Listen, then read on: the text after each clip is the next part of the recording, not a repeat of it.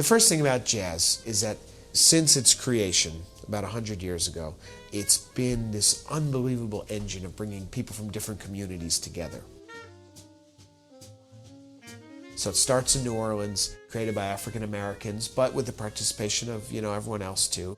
African Americans from all different communities, from the islands, from, who had been in the States as slaves, from many different places.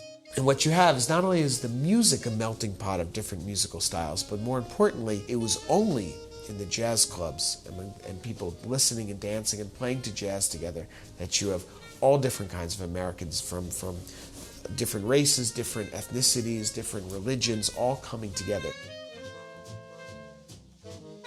It's in the jazz world that everyone's mixing. And now it does the same thing all over the world.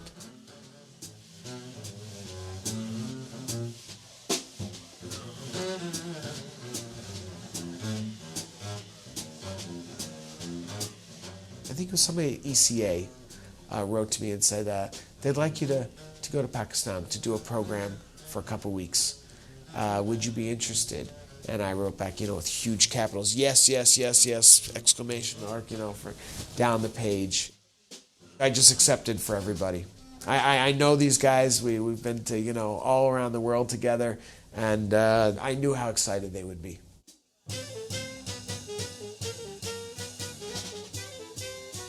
It was a time when a lot of events were not happening at larger venues in Islamabad. This is 2009, and I had a basement.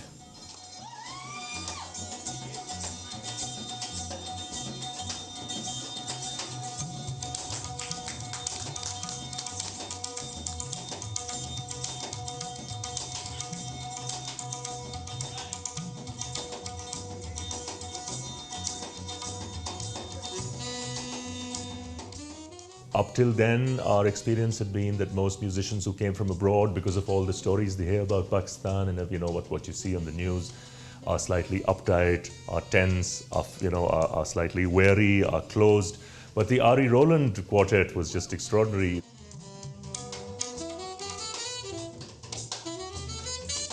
The vibe of the place, the vibe of the young people, it was exactly like, being in a jazz club in New York City and being around young people.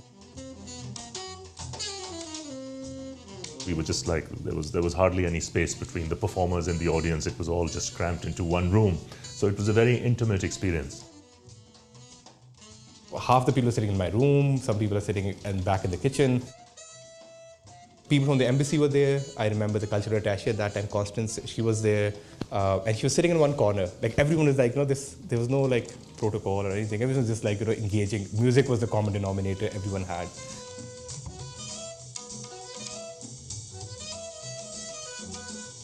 I mean, jazz isn't a Pakistani, it's not Pakistan's heritage, so it's not something you can just walk across the street and some jazz musician will exist there. So for me, it was very special because I'd grown up listening to this music and I'd grown up wanting to discover it a lot more than what I can find in just recordings or just on the internet and just figuring out all of that stuff. Like meeting a jazz musician for the first time, I think that was the biggest thing. One of the really most poignant moments of that night and powerful moments of that night was us teaching Summertime to the people who were watching us, and the response, not only did they enthusiastically sing along, but the feeling with which they sang it. As opposed to a big concert hall where, filled with the diplomatic corps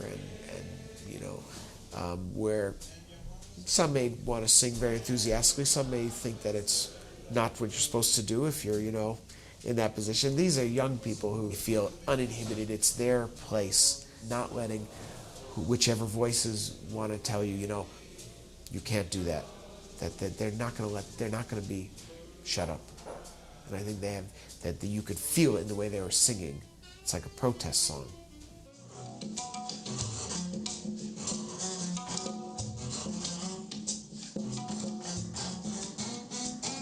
Everyone was blown away that night.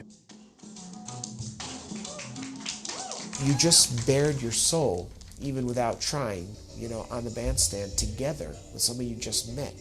right, in front of a whole lot of other people. And so when you get off the bandstand, you're not going to talk about the weather's nice here in Islamabad, or yes, I had a very nice lunch. It was a nice cafe. You're going to talk about the most personal things immediately. We're exposed to American culture a great deal because of the music that we listen to and the TV we watch and the films that are in the cinemas, but actually getting to know American people is a rarity. It showed me a different, a new side of Americans. We knew it was going to be magical, and it was. The embassy and the consulates got us into so many different places, and playing in these orphanages as well. Very, very powerful.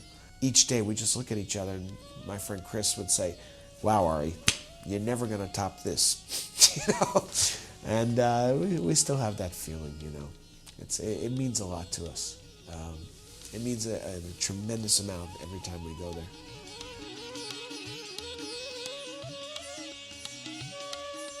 Just to connect on a heart-to-heart, musician-to-musician level. On this level, if we were communicating with each other, the world would be much more connected than it is. I think it's also important first to connect on this heart level, on this art level, and then the economy and the politics of it can follow. But in the beginning, you have to perceive the other human being to be like yourself. And the best way to perceive that is through music.